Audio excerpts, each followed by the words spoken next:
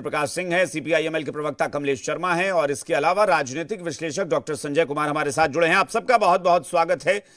बड़े गंभीर आरोप लगाए गए हैं किशोर कुणाल जी आपकी पार्टी की तरफ से, और ये आरोप ऐसे हैं जो जाहिर तौर पर मैंने कहा कि आरजेडी को मानो जलते हुए अंगारे पर आप लोगों ने बिठा दिया है, एकदम आग के शोलों पर, क्योंकि आरजेडी कह रही है कि अब नीरज कुमार ने अगर ये कहा है तो चुनौती है, अगर वो साबित करते हैं तो ठीक, नहीं तो वो इस्तीफा दे दें, संन्यास ले लें राजनीति से। किशोर कुणाल जी। अभिषेक जी नमस्कार आपको। देखिए, सबसे पहले यह एक प्रशासनिक मसला है। जिस प्रकार से राबड़ी देवी जी के द्वारा आवास खाली किया जा रहा है, उन्होंने बिहार सरकार के आदेश का पालन किया है और नियत समय के अंदर किया है। जैसा कि लालू परिवार का इतिहास रहा है, कई बार बंगला खाली करने में आनाकानी करते रहे हैं, चाहे 2005 का दौर हो या बाद में तेजस्वी जी जिस प्रकार से 5 अन्य बार का बंगला खाली करने से आनाकानी कर रहे थे। लेकिन इस बार वो समय से बंगला खाली कर रहे हैं, इसके लिए उन्हें धन्यवाद देना चाहता हूँ। दूसरी बात, नीरज बाबू ने जो भी बात की है वो एक अंदेशा जाहिर किया है। मैं समझता हूं कि इसके लिए विभाग सक्षम है।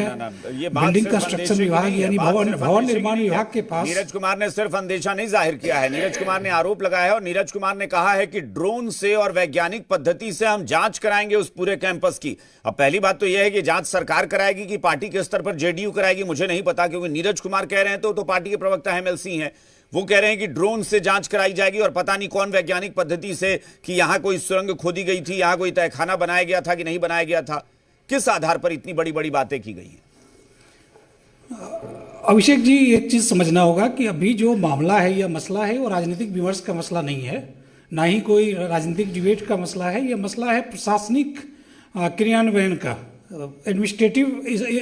भैया, आपकी पार्टी के मुख्य प्रवक्ता ने बयान दिया है, कल भी वो बयान दिए थे, फिर उन्होंने बयान दिया, बार बार वो बयान दे रहे हैं, तो कुछ तो उनके पास होगा ना प्रमाण, कि बस ऐसे ही उठाकर मुंह उठा के बोल देते हैं कि हाँ ऐसा हो गया।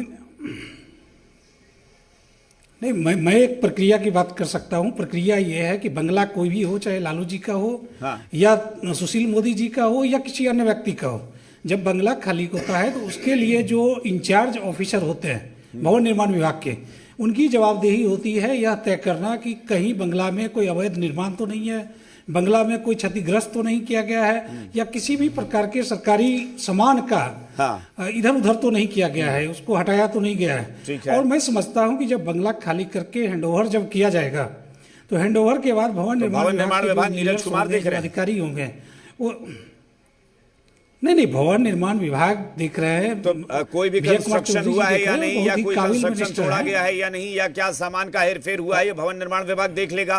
तहखाना बना हुआ है, ये नीरज कुमार को किसने बताया? ड्रोन से जांच होगी या वैज्ञानिक पद्धति, कौन सी जांच होगी? जो भी जांच की बात वो कर रहे हैं, ये क्या किसी सरकारी अधिकारी ने नीरज कुमार को कहा कि इसकी जांच होगी? कहां से ये जानकारी मिली है नीरज कुमार को कि इसकी जांच होगी? देखिए,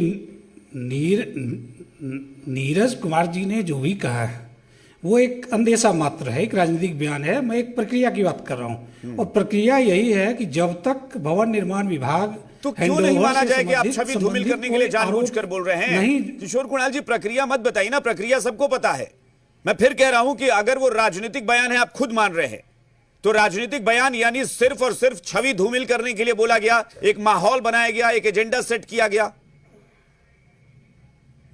नहीं, ये लालू परिवार का इतिहास रहा है। आदरणीय लालू प्रसाद यादव जी बंगला खाली करने में हमेशा से आनाकानी करते रहे हैं।